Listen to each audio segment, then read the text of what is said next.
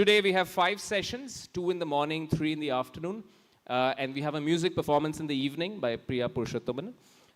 The morning half has 2 sessions. The first, as you can see, called Deccan Dynasties, a Medieval History, followed by a panel on business history. It's my pleasure to introduce our speakers today.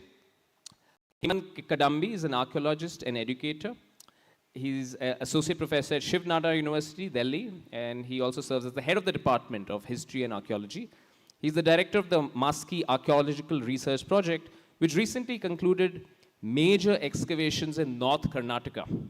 His research appears across academic journals, essays, and podcasts. Hemanth actively engages with questions of how archaeological knowledge is shared and understood beyond academia, and works closely with school students to introduce them to the rigor and practice of archaeological fieldwork. So welcome Hemanth to our school.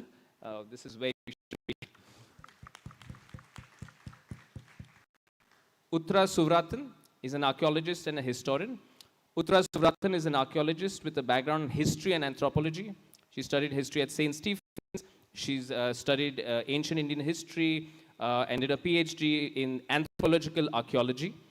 Her research combines archaeological and textual evidence to examine polities and urban centers on the margins of empire in South Asia. She studies pre-modern Indian ocean trade, museum education, also does a lot of public outreach and the digital humanities. Thank you.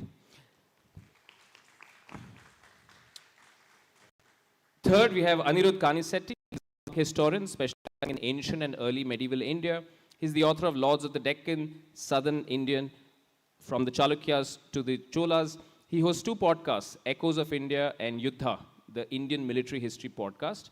He has won the Sahitya Academy Yuva Puruskar and the Ramnath Goenka Sahitya Samman and the Tata Literature Live Non-Book Fiction Book of the Year Award, and I can go on. He has won many fellowships, and books of this will be displayed outside, so you can buy the books right outside on the tables at the end of this session. We're absolutely delighted to have the 3 of you here and take us back in time. Over to you, Anirudh. Well, thank you. I hope you can hear me fine. Okay, great. Let me just say that as a Hyderabadi raised, it is such a great pleasure and honor to be up on stage with you all. I actually studied in Geetanjali School on the other side of the road from here. But as it happens, this is considering that HPS was just across the road. This is also my first time actually visiting and being up on stage here. So what we're going to be doing over the course of this session, let me just tell you upfront that we've done something a little cheeky. Though we're technically supposed to be talking about dynasties, we're actually going to be interrogating a deeper theme, which is to say, how do dynasties show up in the archaeology? And what do we really mean when we say Deccan? Not just in an academic context, but at a more fundamental level, what is it about the movements of the people, the ceramics, the little clues they left behind that tell us about the character of this region? And of course, here in Hyderabad, not just a city that is so beloved to me, but also one of the great cities of the Eastern Deccan, I think is really the perfect place to be having. So let's begin by giving you guys a quick overview of the Deccan dynasties as it happens. Should I be pointing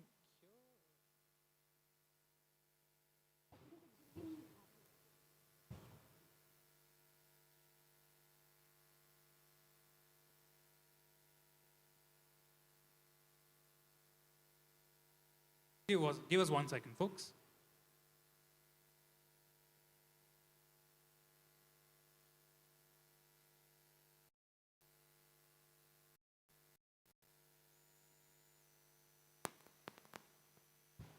There we go.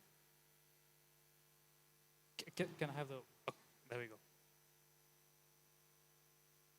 It is nice. Okay, perfect.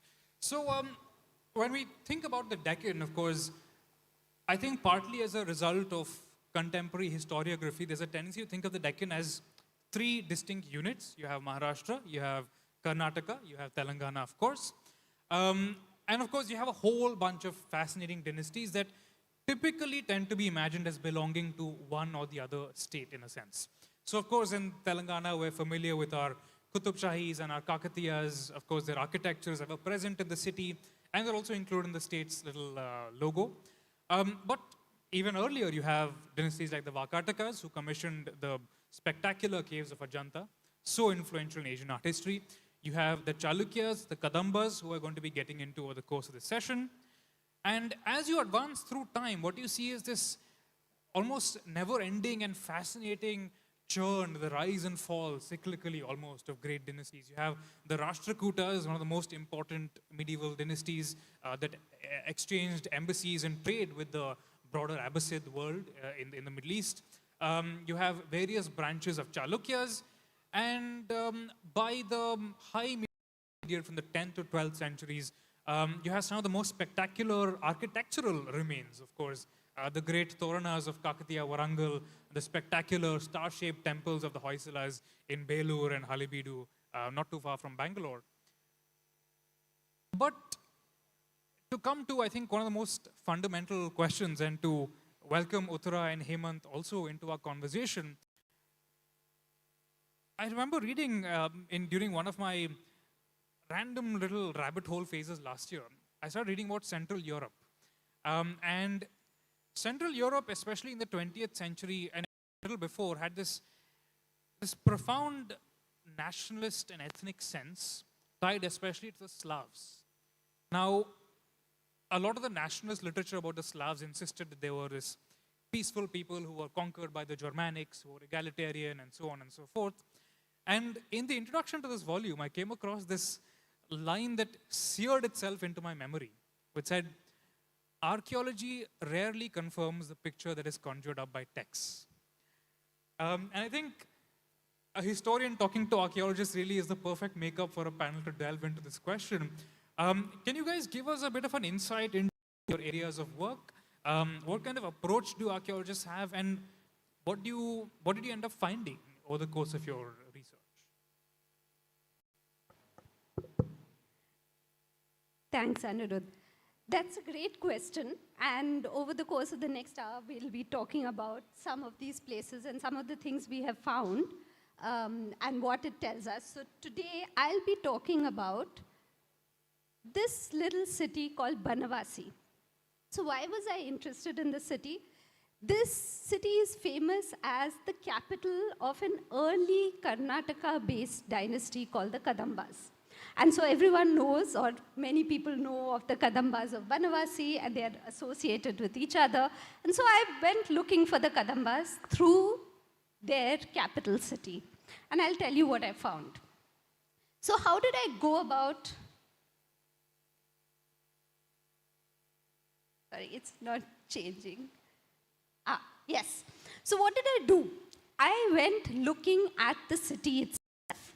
And if you can see this little oval here, this is a fortified city. This is an ancient fortified city. There's a fort wall there. I'll show you some pictures down the line.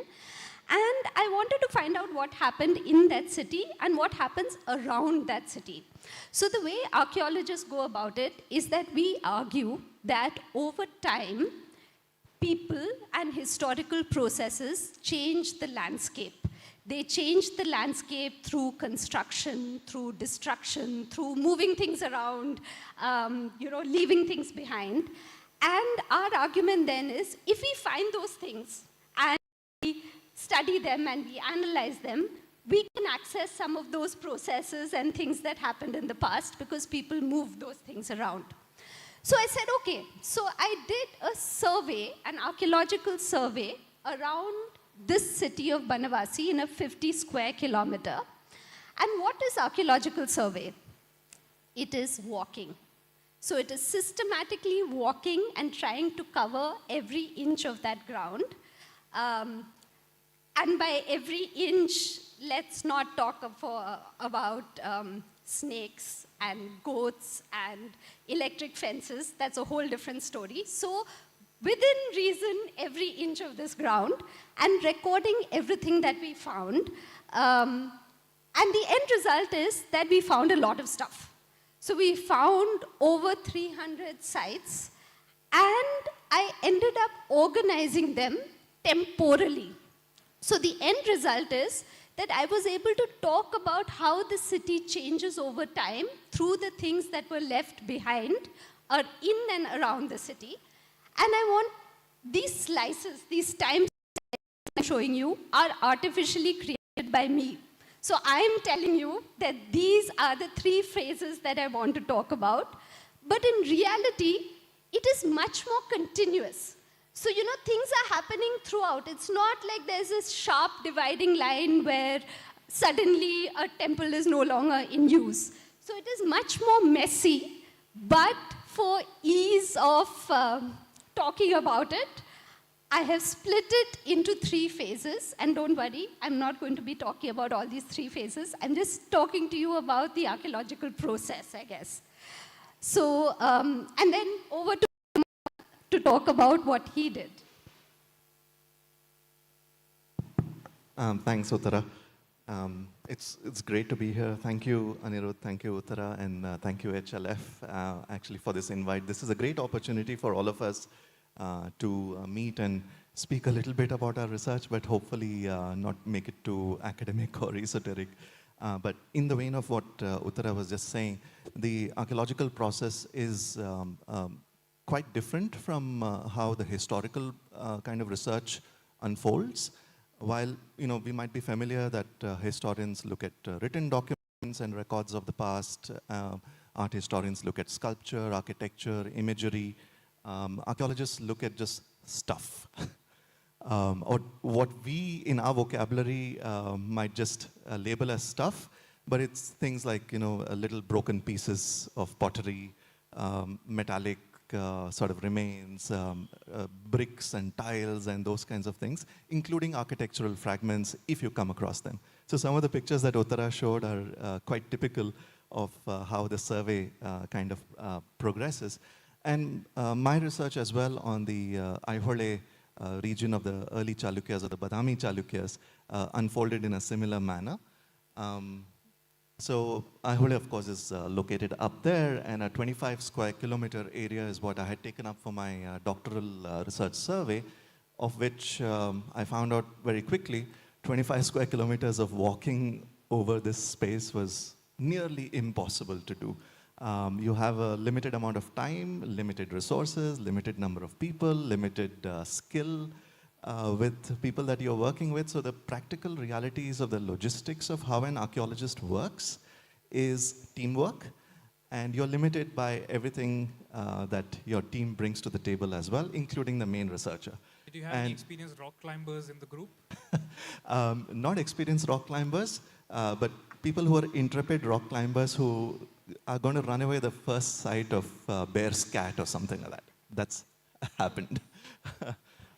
But I took a look at the Chalukyas of Badami from the explicit purpose to try and see if the Chalukyas had a fundamental resource base that they were tapping into in order to rule for over 200 years. So going along with the conversation we are having this morning about dynasties of the Deccan, my dissertation project unfolded with trying to find the resource base of the Chalukyas of Badami, period. I thought, 200 years, semi-arid zone. The Malaprabha River, along which Mahakota, Patadaka, Aihole, and Badami are, is in a dry kind of a semi-arid landscape where the rivers are not perennial and so on and so forth. So I was wondering, was all the wars that they were having with the Pallavas enough to give them so much loot and plunder that they could run their dynasty for 200 plus years? Or was there something else? So if you look at only the inscriptions, that was the kind of picture that had emerged over the last 100 years. However, the archaeology started to say something different.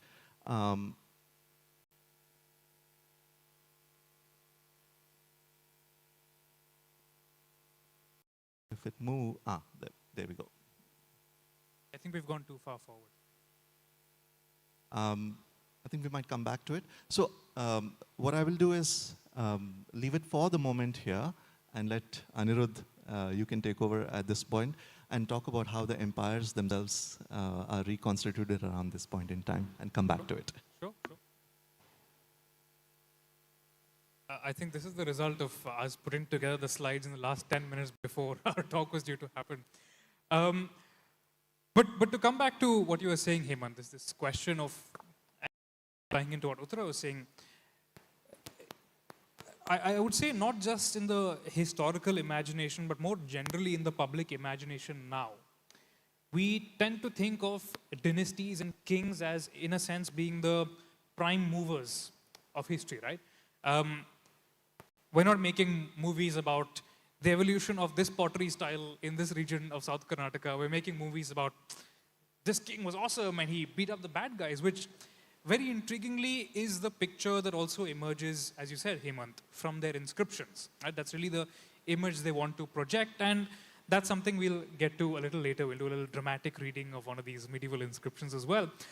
But what I've increasingly been intrigued by is parallel to archaeology, the discipline of art history and architectural history, to be precise. And I have for you a few examples. Now, this beautiful temple is the Sangameshwara temple at Pattadakal. So it was constructed by or commissioned by the early Chalukyas, who Hemanth studies. And I'd just like to point you guys to a few fundamental features, because once you understand the visual language of architecture, you can't unsee it. You can tell a history of a building just by looking at it. Now, the fundamental idea of Deccan architecture especially is that temples have to be decorated with smaller temples, okay? So this is the temple overall, and all these beautiful little niches that you see framed by these miniature columns and a little roof, these are meant to be mini temples, right? So this is what a Deccan temple looks like, and in particular, just look at the shape of these columns, which essentially look like fully formed pillars, right? Now, North Karnataka is part of Karnataka, as the name would imply.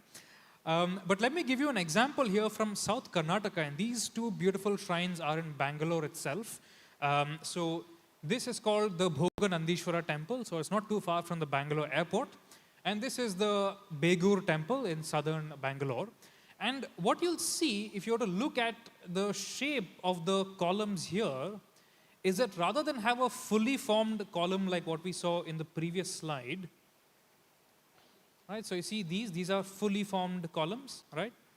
When you look at the pillars here, these are actually half columns that have been split apart, right? It's an architectural idea that you see very often in the Coromandel coast, in the Tamil plain. It's not something you typically associate with Karnataka. So here we have one of the great Deccan cities, temples that do share some ideas with Karnataka, but also have quite a lot in common with the Tamil zone, as it happens. So what the architectural history would tell us is that rather than have a clearly defined dynastic or regional style that corresponds to a modern political boundary, instead you have continuums and spectrums. And I wonder if that's the picture that you saw in your fieldwork as well, Hemanth. Absolutely, Anirudh. So just coming back to how architecture and the picture that architecture Anirudh just painted for us, and how traditions be moving on. When we look at the archaeology of the landscapes themselves, and you start to actually find more than just inscriptions, which are obviously there. We also find landscape where people actually inscribe themselves into the landscape. So whether it was form of cave paintings and inscriptions of cave paintings themselves, that you can see faintly in that top left image, or the construction of memorials, construction of memorials such as megaliths. This is a very small one, but there are about 80 odd megaliths in the zone of Aihole in itself. You start to see a landscape at Aihole which is much more than organized and sponsored by the early Chalukya rulers or their intermediate elites. What we are actually seeing here are evidence of daily life and daily living. So, for instance, Aihole's landscape has daily life evidence going back 200,000 years, with stone tools sitting on the surface of agricultural fields. as much as potsherds from the early medieval period, from around 5th century to 12th century and much later. So essentially, what is invisible from the inscriptions, you start to visualize from the ground. And on the ground itself, this kind of nature of evidence actually shifted my understanding of what the resource base that I was talking about the Chalukyas were. So the Chalukyas weren't essentially the only players in this landscape, and they were not certainly the most dominant players. Because further evidence that I was able to garner and the analysis that I was able to do in the dissertation, if the slide moves forward,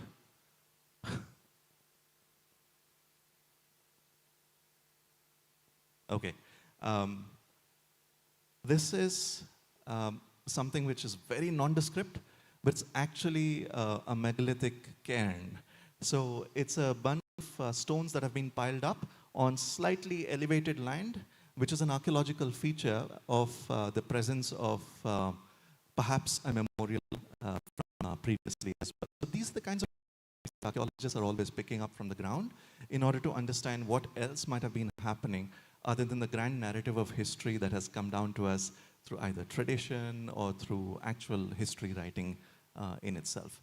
If I may, what I find so intriguing about this is that it really challenges the notion that there's a steady progression in the complexity of human civilizations, as it were. It's not, I think we all begin with this very straightforward and intuitive idea that there's a Stone Age, then you have the Bronze Age, then you have the Iron Age, and then all this other cool stuff happens. But I think what emerges from both of your work is that history isn't really a linear process so much as it's essentially like a very convoluted game of hopscotch, essentially happening in multiple dimensions in different kinds of technologies, social concepts. So it's constantly moving forward and backward, and it's so interesting to see It's these. messy. It's very messy. It's absolutely messy, and it's so fascinating that these sophisticated stone temples are being erected by one set of actors in a society, while another group of actors might be burying their dead under megaliths, which is such an ancient idea in the Deccan. Absolutely. And right now, the Meguri temple, which is atop the hill at Aihole, are about 80 odd megaliths that are there. And in fact, I do make the argument in my dissertation that the Meguri temple being a structure of a Jain affiliation might be in resonance with those megaliths which are right next to it. So the overlappingness, the messiness of history actually is something that archaeology actually bring out and visualize, while a linear narrative can be created in that manner that exists. And of course, some of you may recognize this on the Meguri temple walls as the famous inscription of Ravi Kirti, which we'll get back to. So essentially, in order to sort of look at, what is this Aihole's landscape or the Badami Chalukya landscape, and how the Badami Chalukyas might have sort of ruled in this area for about 200 odd years. And perhaps this is something that we can look at for other dynasties of the Deccan, especially at this period of time and maybe even later, is the fact that there was constant interaction and give and take with what was already local. So in this case, I'd like to just segue into a little story of the Chalukyas, which is very interesting. What I was able to find was there is a lot of agro-pastoral groups who would have been there in the period of the Badami Chalukyas, continuing right into today. And this is a temple at Badami to the goddess deity Yellamma. And Yellamma Renuka is, of course, a very well-known deity all across the Deccan plateau as such. And there's a very interesting Puranic legend, of course, which sort of brings Yellamma and Renuka together with the Puranic story of Jamadagni and Parashurama's mother being Renuka.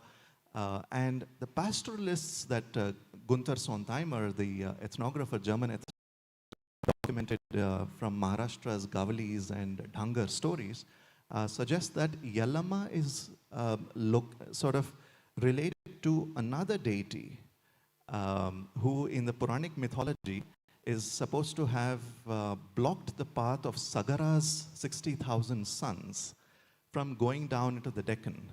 And when Sagara's 60,000 sons sort of arrogantly challenged Yellama to a battle, she kind of grew herself in a huge, monstrous size and challenged them to move under her legs. And when they said, okay, we'll do it, she just urinated on them, trapping them in a flood of thousands of years, till Shiva and Parvati had to plead with Yellama to untrap Sagara's sons. And the only way that would happen is if Shiva took the avatar of Kalabhairava with a sort of a kambli, a shawl, and a staff that is a typical attire of a pastoralist with their sheep, goes there, defeats Yellama in battle, marries her, freeing Sagara's sons. So this little mythological story of the brings together in narrative and sculptural imagery and recalls to us this imagery of Lajja Gauri, or a deity who has been named as Lajja Gauri in the last 50, 60 years only. And this is a sculpture from Badami, it's in Badami's museum here. And this is a deity who's still in worship in North Karnataka to this day. And Lajja Gauri is found as in kind of sub-shrines in the Chalukyan pantheon and North Karnataka pantheons. So in a way, this kind of a association of sculptural iconographic traditions is that, the Chalukyas of Badami were drawing a lot of support and affiliation with local agro-pastoralist groups, which complicates the story of their own existence in the landscape for about 200 plus years. So this is where archaeology, in a way, I would suggest that, has a huge role to play in complicating our understandings of narratives of the past that are claimed by inscriptions nonetheless, but it does unfold alongside what those inscriptional claims might be. What really intrigues me is this idea that the little people have agency as well, right? It's not just the king issuing a decree and his loyal subjects running around to fulfill his commands, but if I can just direct a question to the audience, how many of you can name your local MLAs? I thought there'd be one at least. Okay, there's one person in the back. Well done, ma'am. How many of you would obey an order from your local MLA? That's what I thought.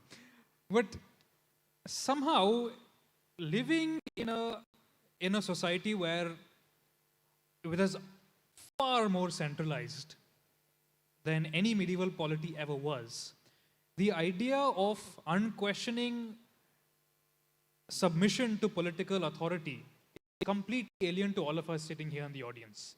Yet when we think of the people 1,000 years ago, they all must have been puppets of some king living 200 kilometers away, whose messengers would take 3 weeks to reach them or something like that, right? So archaeology, I think, while it presents a it better fits with our understanding of simple. Also, I have to say the Lajja Gauri is an uncomfortable goddess, right? And I don't like the term Lajja Gauri. It's a newfangled term. We don't know what she was called originally, but she's not a traditional goddess, and it also raises questions of access, right? Who were using the temples? Who were worshipping the Lajja Gauri? Who moved around this space, right? I think archaeology, while not necessarily being able to always answer it, at least raises some of these questions.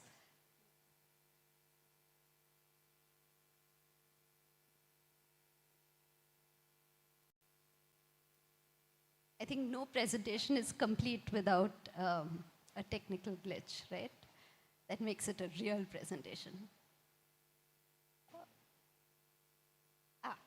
Okay, so Hemanth was talking about how you have these kind of local actors and figures that emerge through archaeology. You find similar things in Banavasi, but at the time of the Kadambas, we also find that Banavasi was drawing on things that were happening in the rest of the world. And I want to just run you through that. So what do we see in Banavasi during the time period where the Kadambas were ruling? We don't actually find the Kadambas so much on the ground here archaeologically. Instead, we find trade, long distance trade. We find ceramics that are coming from the Indian Ocean trade. We find these pulled glass beads that are clearly coming from, again, the Indian Ocean trade. Red polished ware, probably from somewhere in Gujarat. Northern black polished ware coming from, the Gangetic plains further north. We, in fact, interestingly get little Lajagori plaques that were probably made in Aihole using non-local stone, right? So things are moving throughout this entire region. Other things are moving. So you get the script, about court culture and so on, but clearly there's also architects moving. There's sculptors who are moving. Now, I just want to emphasize to you some basic points of this temple design. Now, you'll see that integrated into the temple plan is a very prominent miniature temple that extends along the entire wall here. You also see a very large raised plinth, and the plinth has smaller temples embedded into it. And on these smaller temples are, of course, even smaller temples, because it wouldn't be a Deccan temple if you didn't just... And murals are probably more similar to Instagram. This is probably, what is it, Twitter, I think, would probably be a better parallel. Yes, Twitter. But it is media, in a sense. I think it is one aspect, an important aspect to be sure, not the only aspect of a very rich and variegated world with many kinds of people doing many different things. And history is not just a story of a single set of actors. It is really the story of all of us and how we all got to be here. And personally, I think a narrative in which... And then later, things happen to them. But generally, the city continues right up into the present. And people are still living there. It shrinks a little bit. But I think we need to look at the local, at the interregional connections that make these nodal places persistent and stable throughout the generations, despite these cycling kind of dynasties that we have briefly touched upon. So, where are the Chalukyas? Where are the Kadambas? But Banavasi is right there. And then to bring it back to us, where are the Qutub Shahis? Where are the Kakatiyas? And maybe a few centuries later, they will ask, where are the Allus and where are the Dagubatis? But we will always be here in Hyderabad. Thank you all. Thank you all for being such a great audience. Thank you.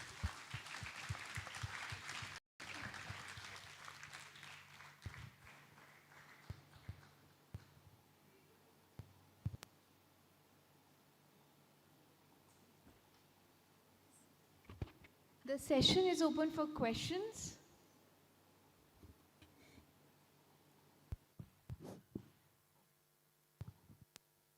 Hello. Wonderful. Thank you, ma'am. Thank you. Yes, very well integrated. Since all of us are there, I was just wondering, and we're talking of Deccan, semi-arid, and we're talking about a resource base, as Hemanth says, which is much more beyond the dynastic. I was wondering where my hero stones and Sati stones are. Neither Uthara nor Hemanth talk about them.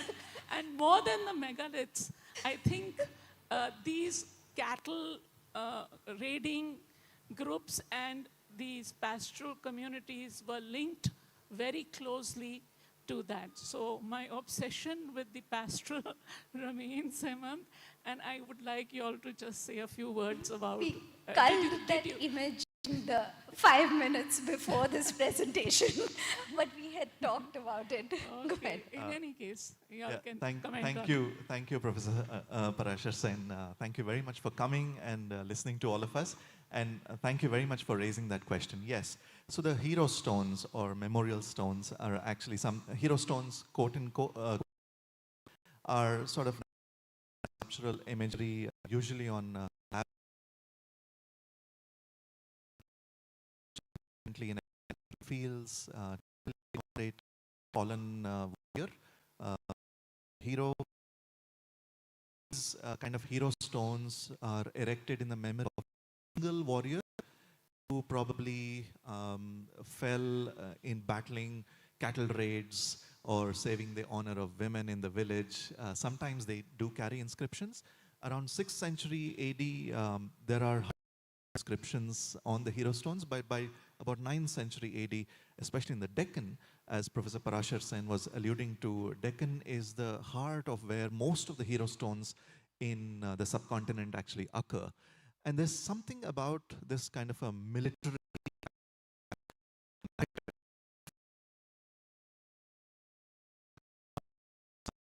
named.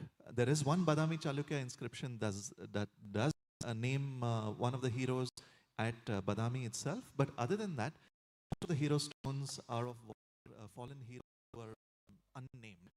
But their sort of legion of their activity is very well known. Of course, it becomes formula and so on and so forth. They have, even the architectural or the iconographic depiction is formulaic. The bottommost panel usually shows a battle scene. The middle panel shows the warrior having fallen, and the topmost panel is the warrior somewhere in Swarga, sort of enjoying the fruits of heaven, with and a moon and a sun on either side there. So the hero stones are an essential indicator, but in reality, materially speaking, a lot of these people who might have been these fallen heroes might have been people who were practicing agro-pastoralism. These were the foot soldiers of the Chalukya armies or other kinds of battlefield kind of heroes.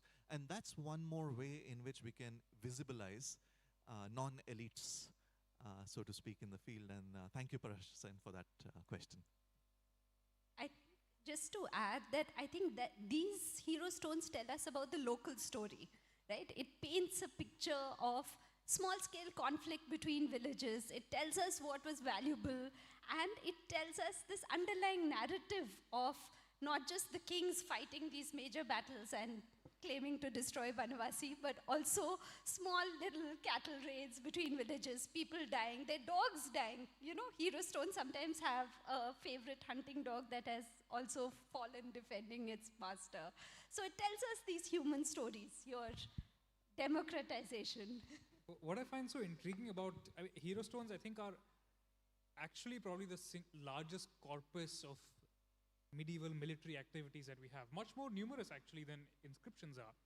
And even after inscriptions begin to appear on hero stones, very rarely do you find the big kings and dynasties mentioned, which may suggest to us that a lot of medieval conflict was very localized. It was relatively low intensity, as mostly raids, and even villages sometimes skirmished over resources. So what we see, rather than the inscriptional picture of these apocalyptic battles between armies numbering in the hundreds of thousands and so many inscriptions claiming this, but instead what you actually see is a lot of much smaller fights, and occasionally these local lads and toughies are pulled up into the ranks of the court and into these like larger campaigns. But it's I just find it very intriguing how when you think of this idyllic world of, in the golden days, everybody lived in the village and everybody was farming. Yeah, but they were also stealing each other's goats and cows and like fighting over water, which hopefully we don't end up having to do that in Hyderabad in a few years, but that's where we are. More questions, please. I think there's an enthusiastic gentleman. Yes, there we go. Yeah, thank you. This question is for Hemanth. Hemanth, my name is Avinash Kulkarni. I hail from Bijapur district. So we do worship Renuka Yellama as the village deity or the home deity. But we also worship, for some strange reason, Chandralamba, which is in the Sannati. Sannati is supposed to be a Buddhist town in Kalburgi or the Gulbarga district. So has history and archaeology studied any link between these couple of sites, Sannati and the Chalukya sites in Badami and Patadkal? Yeah, thank you, Avinash. As far as I'm aware, Sannati, of course, has been studied quite well. The archaeological work that has been there has brought to light the Buddhist stupa there, but also contemporary kind of remains around of the so-called Maurya period and the presence of Ashoka Maurya in the Deccan. And so the first known apparent portrait of Ashoka Maurya is supposed to be from Sannati and so on and so forth. But to your larger question of the connection between Chandralamba, Yellamma, archaeologically, I'm unaware of any study being there, but perhaps there is something to investigate further as far as Sannati's connection is there. Because Sannati, the period of time archaeological materials from Sannati are dated to, there are plenty of archaeological sites all over North Karnataka. So it would be a surprise if there are no connections, and the movement that we were alluding to in our discussion previously, certainly, probably things are moving around, ideas are moving around, people are definitely moving around. And when we talk about agro-pastoral groups with their, pastoral shepherds, herds of goats and sheep, they move around hundreds of kilometers. So it's very likely that there are some connections, but they are waiting to be found perhaps. We have a question up front. The young man here.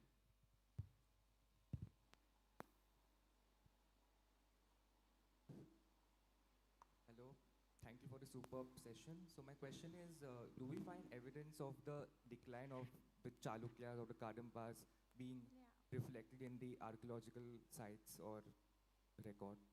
If so, in what way? The simple answer is no. At least in Banavasi, the city continues. It's not, in fact, let's think about it this way. The fort is expanded after the Kadamba inscriptions. The peak period of temple construction is after the early Kadambas. So that's when we get 10, 15 little temples that are being built. Maybe the settlement shrinks a little bit, but there isn't. That's why it's very difficult to associate specific dynasties with immediate impact on the ground, right? So I think we need to think about what kings did, what impact they had in these medieval societies, and what the societies themselves did, right? And I've always thought of, maybe this is a silly analogy, but I've always thought of kings as the tip of the iceberg, or not even the tip of the iceberg. They're like the little penguins on the iceberg that keep jumping off into the water and jumping back on. But the iceberg is what we are studying, right? What is underneath? What are the underlying structures? And the kings come and go, but maybe that's a little bit of an exaggeration. If I can just put it in a very banal way, the decline of a dynasty is not the decline of a city, and it's not the decline of a people. Yeah, absolutely. So there is inscription for the Badami Chalukyas that about 751 AD, that the Rashtrakutas sort of defeat Kirtivarma II, who is the last dynastic ruler of the Badami Chalukya house. But you go to Aihole, Badami and Patadakal, what you see is nothing as a collapse, nothing as a decline, but as we've been talking about, just building, rebuilding, reconstructions. Badami was rebuilt during the colonial period in the early 19th century when Tipu and Haidar's establishments were taken down by the British when they came. So the last evidence that we find as archaeologists when we go there are these centuries and centuries of rebuilding and building up again on adding to and so on and so forth, rather than even the inscriptional claims of change in political affiliations and so on and so forth. So it makes it very interesting to see that there are continuities and discontinuities that you can see archaeologically, but archaeology, for the most part, we can't define these arenas in a, today this changed. So 1947, for example, was a watershed moment. It will be very hard-pressed to find any such watershed moments in most parts of the subcontinental past, I would think. Yeah. You would have to look at the architecture.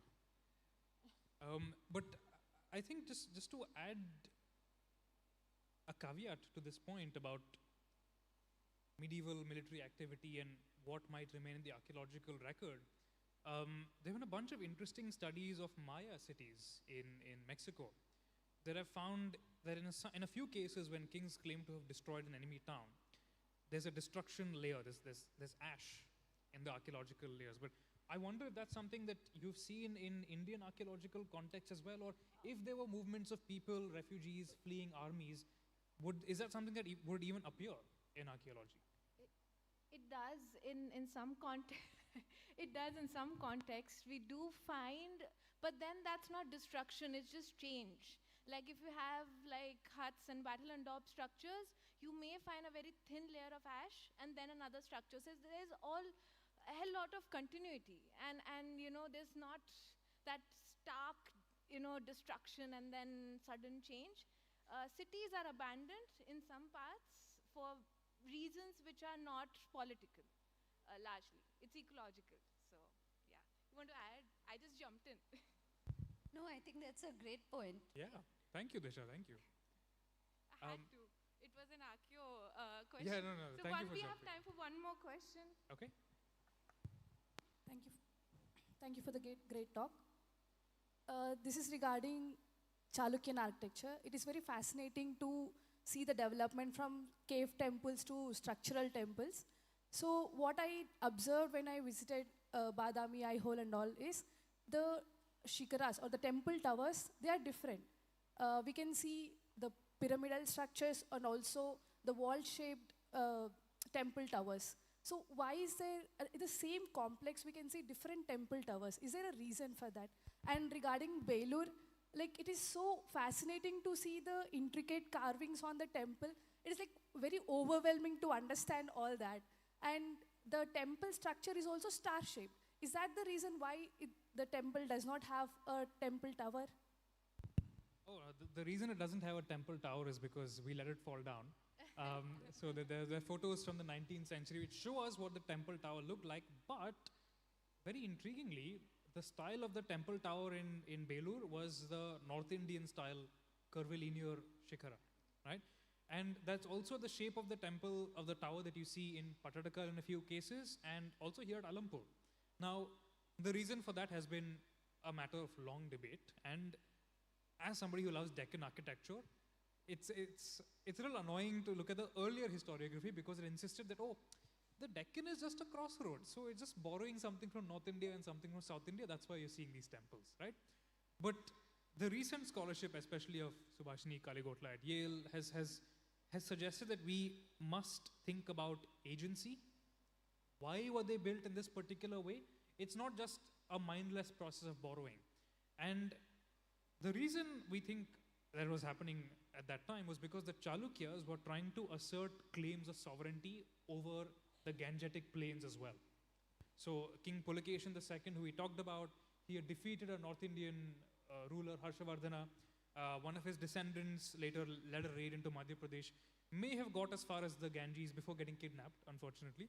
But we have to remember that just like these inscriptions, the architecture is also making a particular kind of claim, all right? So when the Hoysalas build a star-shaped temple, they're saying that, look, it's not just the Chalukyas in North Karnataka, we are also emperors, right? When they build it with a curvilinear tower, they're saying that our ancestors did a campaign in Madhya Pradesh, so maybe that's what they're trying to assert a claim to. Now, we can't be certain because we don't have the architect's diaries, we don't have the king's journals, but we can guess. And I think that with Pattadakal and with Alampur, what's happening is that it's happening at the political apogee of the dynasty in the 8th century when they claim to be successful on all fronts. And I think the architecture is a way for them to hammer home that point as well. So that's a great question. Thank you. Do we have time for one more? One more? Yeah. Sir. Namaste, sir. Namaste. Namaste, ma'am. I'm Swagit. And my question is, what was the reason behind the fight between Chalukyas and Pallavas? What was the reason for the fight? Well, I think it's partly geopolitics, in that you had overlapping spheres of influence, especially in South Karnataka. But more generally also, we have to keep in mind that, I mean, it's a bit of a tired adage at this point, but no political system is perfect, not even democracy, right? So medieval political systems, because they were so centered around royal self-presentation as a great king, great conqueror, there is a degree of conflict that is built into the system. So the kings go to war partly for geopolitical reasons, but there's partly almost a ritualistic aspect to it as well, where in order for a king to be considered a king of kings, he has to lead military campaigns in all directions, so north, south, east, west. That's why the Chalukyas, for example, at least I think that's why they claim to do these Gangetic campaigns. We know they did campaigns into the Andhra coast, in the Krishna Godavari area, for example. And I think that might be why they led campaigns into the Pallava dominions as well. But once the Chalukyas did that to the Pallavas can't leave it lying down, because then people are going to ask, are the Pallavas legitimate? So then the Pallavas have to go back, and there's, of course, there's one fascinating hint of Pallava activity in Badami as well. Would you like to talk about that, Hemanth? Yeah, so there are many reasons and material reasons as well to go to war, but what Anirudh is alluding to is the 13-year period that the Pallavas of Kanchi captured Badami and put up an inscription there saying so, that they defeated Pulakeshi the first, and they captured Badami for about 13 years or so. And what is fascinating in that claim, and Anirudh had mentioned that inscriptions, architecture are as much claims as as much as probably reflecting some kind of reality on the ground, would be that they copied Pulakeshi's first inscription that he had issued towards his subjects at Badami by saying that we are now issuing the same. High up on an inaccessible rock at one of the Badami's North Fort caves, on the cliff walls. So there are material reasons as well that dynasties would go to war. For example, taxation, getting the crops from that village or that fertile agricultural zone, and you come in inevitably in contestation with another power that want to sort of claim the same spaces as well. So there are political reasons, there are rhetorical and sort of courtly kind of reasons of symbolically asserting authority and power, but also material reasons for going to war. Thank you, sir. Thank you so much. I mean, it was very, very interesting to see archaeology and also architectural history and history in general to come together. And I'm going to quote you, Hemanth. You said that archaeology complicates narrative, and it's so, so true. It does in many ways, because we usually have answers, the clear-cut answers, as Uthara has rightly mentioned. Thank you for taking us through the process of survey. The systematic walking, or the fancy term for which is field walking, and also how we look beyond just the temples to find megaliths, stone tools. And I believe, I mean, I always believed this, but now it's much more stronger, that no conversation on archaeology is without one slide of pottery or stone tools. It's mandatory. So I want to thank our panelists for this amazing, amazing session.